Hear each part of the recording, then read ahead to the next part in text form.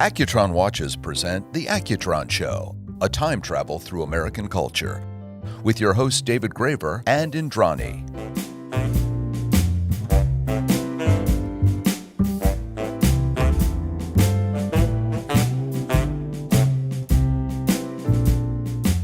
Visit AccutronWatch.com and discover the brand that has made American history with an all-new proprietary next-generation electrostatic energy movement.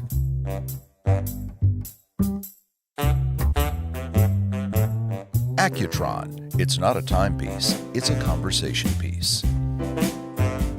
So we went to the studio one morning called Baggies, 8 o'clock in the morning. And we got out of that studio, we had quit Jungle Boogie, Hollywood Swinging, and Funky Stuff.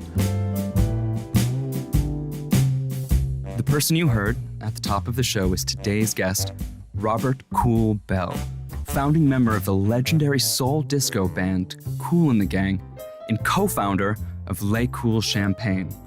He's here to talk about his incredible career, as well as a special wristwatch collaboration with Accutron. But first up, my co-host Indrani and me, David Graver, here on a special Accutron birthday edition of The Accutron Show. Stay tuned. This podcast is presented by Accutron Watches. Visit our website, accutronwatch.com, and discover our iconic SpaceView 2020 collection, recreating the stunning visual impact of the original open dial design, combined with an all-new electrostatic energy movement. Time just changed. Again. The Accutron SpaceView 2020. Hi, Indrani. Hello, it's good to be back. Likewise, here we are on a special birthday edition of the Accutron Show for the brand's 63rd anniversary. And I'm really excited about our special guest, Robert Kool Bell, co-founder of Kool The Gang. 63 years old and it's looking fresh. It's true. It's true. It's fun to see all the synergies between Kool The Gang and Accutron. It seems at first to be quite disparate in inspiration, but then realizing all the parallels of innovation and passion. I think it's going to be an exciting episode. Likewise. I definitely am excited to learn more about the new collaboration, the collaborative product that is coming out, the First Lady, which corresponds with Robert's champagne, Le Kool, and their release, The First Lady, and of course, Ladies' Night, one of the most iconic songs of all time. Okay, do you have a favorite song? Do you have a song that gets stuck in your head that just will never let you go?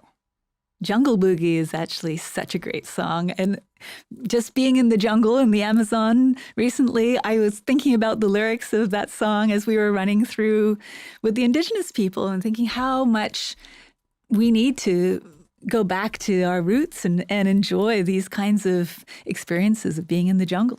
That's magical, and it also anchors the song into your lived experience. Absolutely. But Ladies' Night has always been an anthem for me and my friends, and I think it ties in so beautifully with Accutron's pioneering approach. Throughout the 1970s, Accutron was a leader, one of the first brands to incorporate this kind of messaging of equal pay for equal time, and a pioneering campaign that was time waits for no man, which I think is really fantastic. No one was sending that message at that time.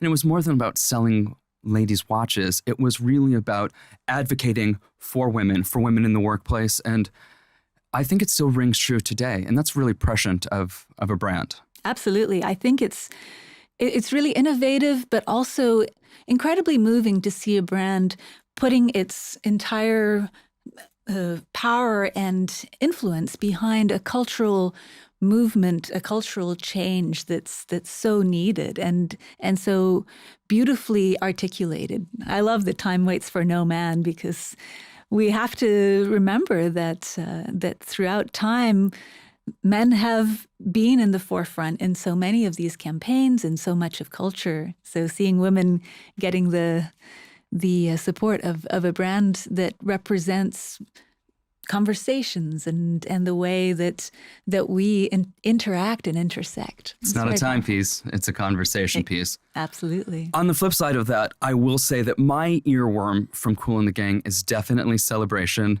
and I do think about it when I am celebrating. It's a great song to dance to. Is there anything that you hope to learn from Robert, maybe about his career or Kool and the Gang? I'm really excited to see the Le Cool Champagne and Accutron collaboration with the Legacy Collection. I definitely think the Legacy Collection is one of my favorites, and we've had the opportunity to see two of those watches here today, and I'm excited for everyone else to be able to get their hands on them. They're going to be sold on accutronwatch.com starting today. Happy birthday, Accutron. Happy birthday, Accutron. I'm very curious to know what it feels like to be sampled more than 1,000 times. They're one of the most sampled bands in history. How do you feel about that? How does a creator feel about that? I think the idea of appropriation or inspiration, which is it, or maybe it's both. But there's so much of culture that comes back to these original melodies that then get replicated and boost a whole new generation of artists. One more question for you. How do you listen to music? I love to listen to music when I'm getting ready, when I'm focusing on writing. Music really inspires me in so many ways. I almost feel like it's cheating in a way because you're hijacking someone else's creative process, but it's such a beautiful way to connect. Oh, well, thank you for sharing that with me and with our audience. We'll be back in a moment with Robert Kool Bell of Kool and the Gang. This podcast is presented by Accutron Watches. Visit our website, accutronwatch.com, and discover our Accutron DNA collection. Reimagined for a new generation, the Accutron DNA combines breakthrough technology, precise engineering, and modern aesthetics to achieve a new level of technical excellence. The Accutron DNA, the new face of time for those who blaze new trails. And here we are with Robert Kool Bell for a very special birthday edition of the Accutron Show. Robert, I definitely want to begin with, what was the first song you fell in love with? Well, it have to be by The Temptations, Since I Lost My Baby, and Beauty Only Skin Deep. Matter of fact, they just opened up for us last week in New Orleans, The Temptations. When I was a youngster, I said, can I go, think I get a chance to see The Temptations at the Apollo Theater? That was one of the first. So such an amazing repertoire of music that you've created. What's your favorite of what you've put into the world? I would say Ladies' Night. When J.T. Taylor joined the group and we signed a deal with Universal Records, my wife and I was hanging out in New York at Regime in Studio 54. Now Rogers was also, but yeah, Studio 54. And I came back to the guys. I said, I got the perfect song for the first song with our new deal. And having a lead singer. And they said, what? I said, Ladies' Night. So my brother said, wow, this is one of those all over the world. I said, yeah. And that was our first record with J.T. Taylor. Frankie Crocker, if you know who he is, the rocker, he broke that record across the country. Oh, wow. So that was the first one, Ladies' Night. That's an amazing song. I love it. It's an anthem to female liberation. Oh, yes, it is. Was there a moment in your career that you knew you weren't just someone making music, you were someone who had changed a genre, that you changed the face of music moving forward? I would say that happened around 1973, 1974. We had the Wild and Peaceful album. On the Wild and Peaceful album, we had Jungle Boogie, Hollywood Swingin', and Funky Stuff. Those are big records for us, So I said, well, hey, we might end up being something now. I said, Jungle Boogie was top 5, Hollywood Swingin', and Funky Stuff was number 1 R&B for about 6 weeks. And that's when it really started to kick in. Amazing. I just got back from the jungle myself, and I've always wondered about that song. Is it actually inspired by a jungle journey? It was inspired by a situation. the record company came to us and said, you guys, you've been having territorial hits, Connecticut, Philadelphia. And it was this song by Mongo DeBongo, Soul Makusa. Big record. And they came to us and said, listen, we got this producer, and we want you to work with him. We said, oh, yeah? We met the guy one time, and we weren't feeling it. So we went into the studio one morning called Baggies, 8 o'clock in the morning, and we got out of that studio, we had created Jungle Boogie, Hollywood Swinging, and Funky Stuff. No more problem with the record company after that. Yeah. So, yeah, our back was against the wall, so we had to do something. That's often the best time, right? Oh, yeah. Did you sense that you were going to have a hit on your hand, that you were doing something really profound, or were you just in it to make music that you loved? I would say both. To make music that we love, and also the fact that starting young and growing up and seeing other successful groups, and, it drives us to stay in there. Because, the music business can be up and down. We had hills and valleys, too. But we never gave up, all the way up till today. What kept you going through the darker times? Well, the wanting to really be successful. At one time before JT joined the group, people would ask me, are you still working? Is the band still together? I said, yeah, we're still together. And it seems to be that every decade, we would make it through the decade. The 60s, the 70s, we had the big records in the 70s. The 80s, with all from the Too Hots to the Jungle Boogies to Fresh and all the other songs we had in the 80s. JT left at the end of the 80s, and the next thing was, what you going to do now? So, we decided to tour around the world. We went to other markets that normally we wouldn't go. We would normally do England, France, and Germany. Then we started working into Spain, Italy, Yugoslavia, Romania, Sophie, around the world, all through Africa, all through the Middle East. We had played, Abu Dhabi, we played Muscat, Oman. Now, back in those days, it was almost like being in the South. If you go to those places now, skyscrapers, a lot of money moving around. So that's what we did. That's what kept us going. Did you ever walk into a room and think, oh my goodness, they're playing my song? Did you hear it somewhere and you were just surprised that it was on right then? Well, that was the very first record we did. It was Kool The Gang, by Kool The Gang. And when we heard it on the radio, I said, oh man, that's us. They're playing our record. That's awesome. Because of the type of record that was, they thought we were a Spanish band.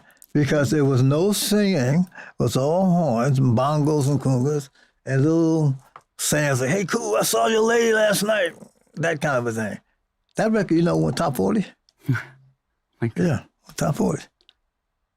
There was a struggle after that, trying to get back up until we did the Wild and Peaceful album. Being such innovators, really changing the way we appreciate music, I think. How did that affect you? I mean, did you feel a constant pressure to keep innovating? Yeah, we do, but we enjoy doing it.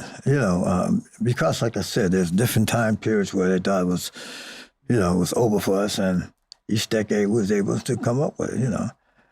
You take songs like they weren't singles, but like Higher Planes, Let the Music Take Your Mind, Funky Granny.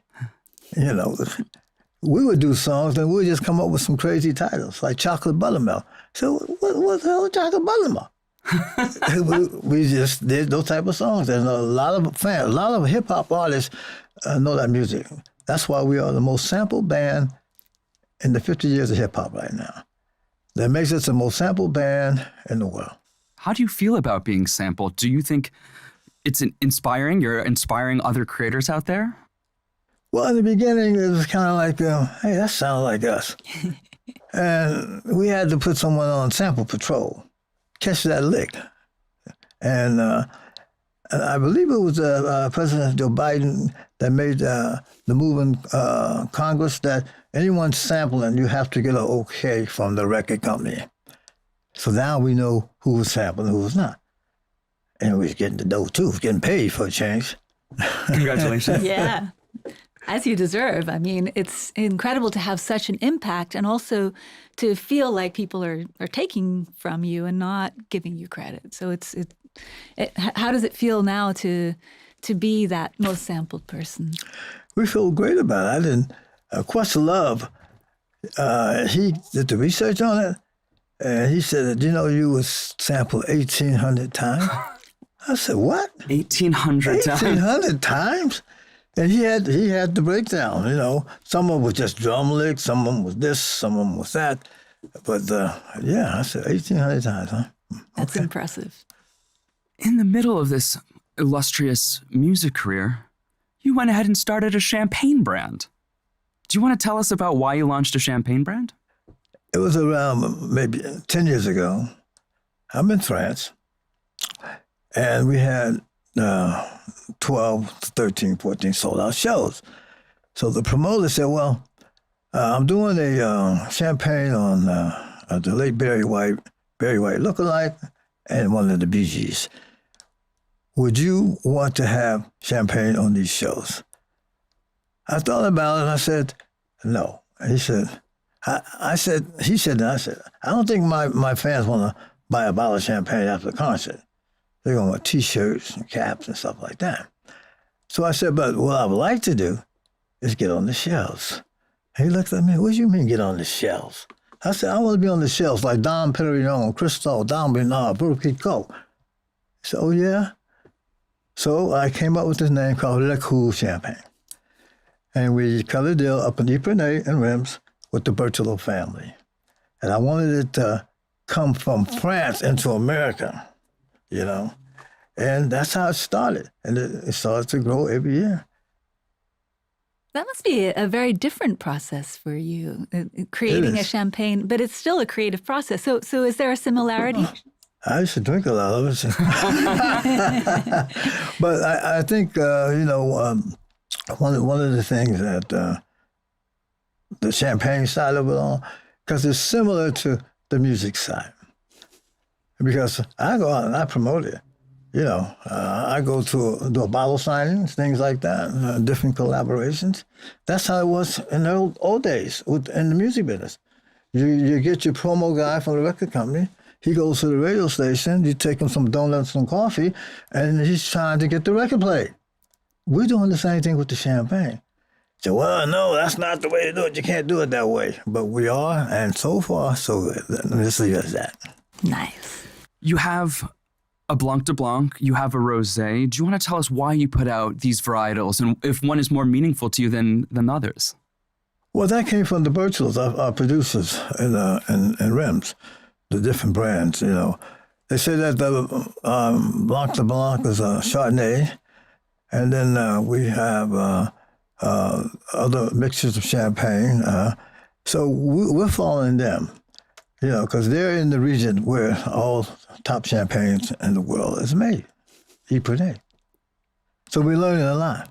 Robert, thank you. We're just going to take a break, and we'll be right back with Robert Kool Bell.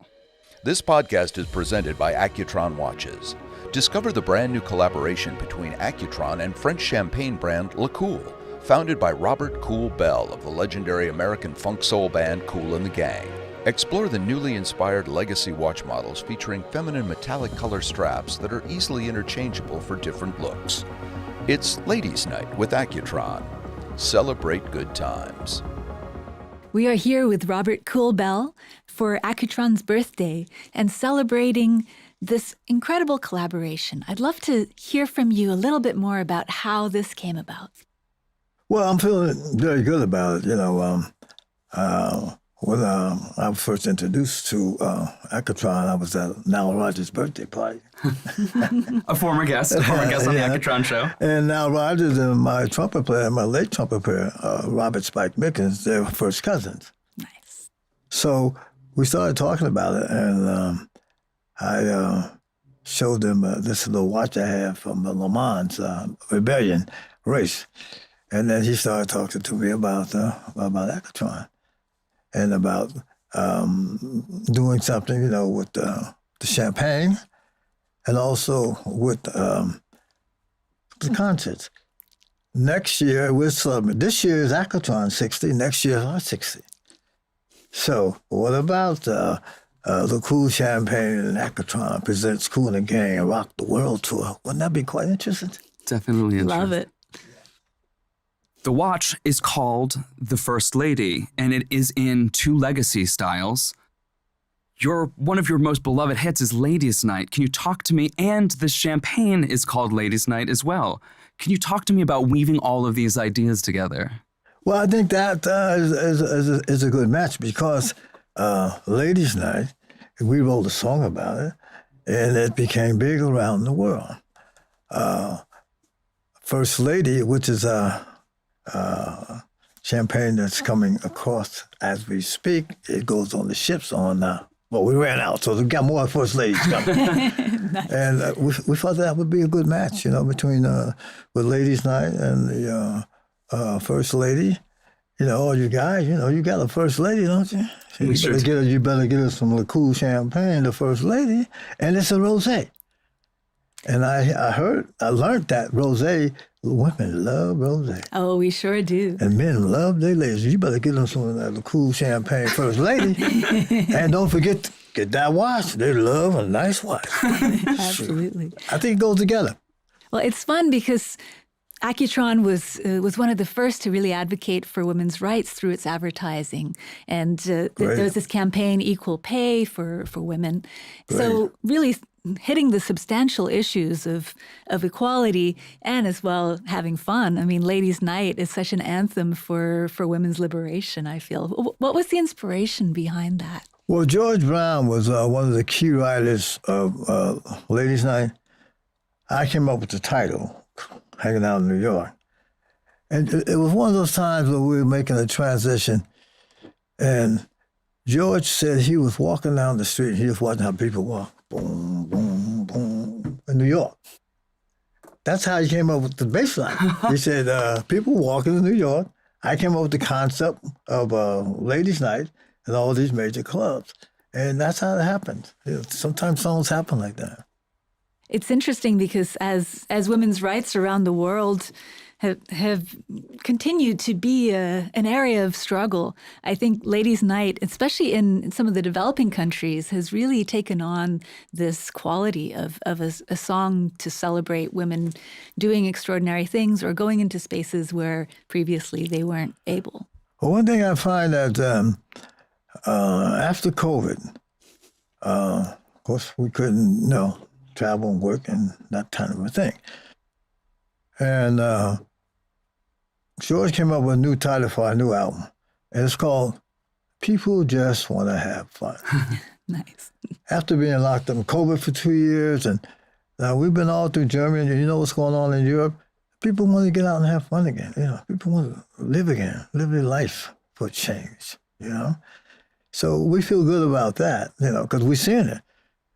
Last time we played last year in Germany and France and those countries, it was like baby Woodstocks, 10,000, 20,000, 30,000, from kids to their grandkids. So that makes us feel good to be a part of that. That intergenerational quality of your music. I mean, everyone loves it. That's what makes it really special. Yeah, we love what we're doing right now. You've toured the whole world. Have you had a favorite performance? A favorite performance? Or a most memorable performance somewhere out there? There's been a few. The one we did with Elton John, when we played with Elton John back at Wembley. Another one was favorable. We did 48 shows with Van Halen. Oh, wow. Now, that was different. People would say, Van Halen. We were at the playing over in London, and David Lee Roth happened to see the show.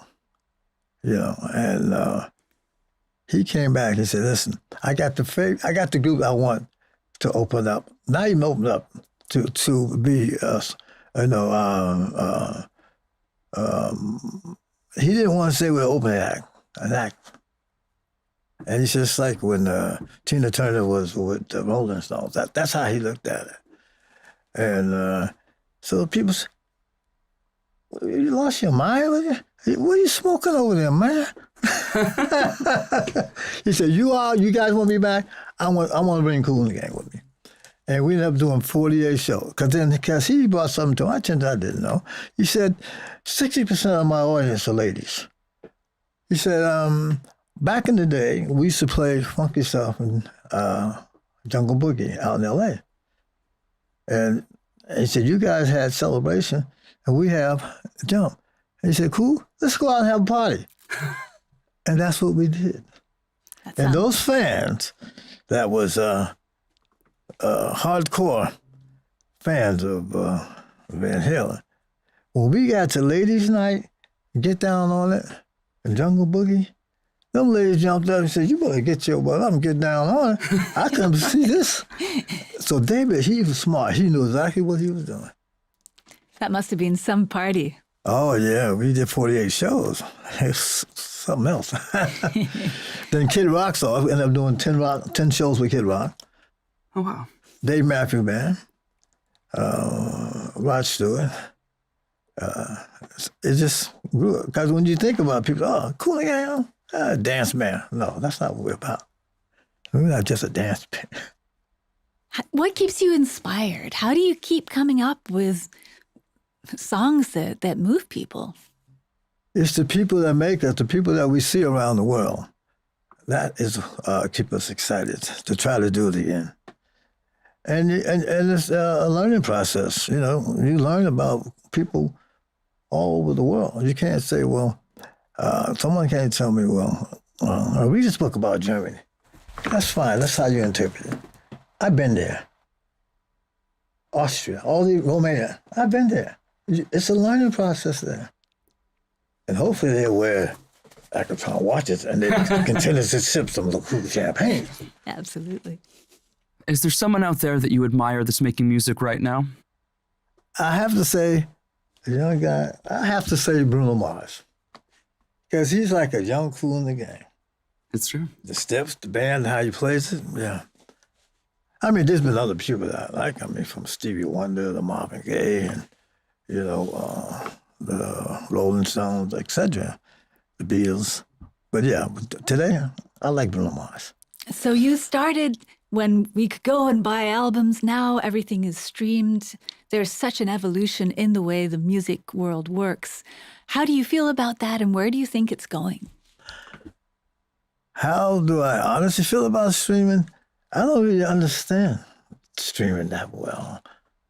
You know, when you had vinyl and it was $1 a record, you sold 1 million records, you made $1 million, etc. I don't know what stream, where is it going? It says streaming. I'm old school. What river is it going down? Who's getting paid, who's not getting paid? A lot of people have complaints about streaming.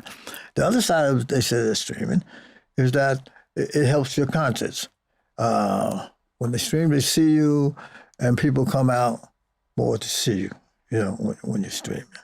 So I don't know where it's going. Well, everyone can hear you, right? No one's limited by cost or any of those elements. So there's a democratizing aspect.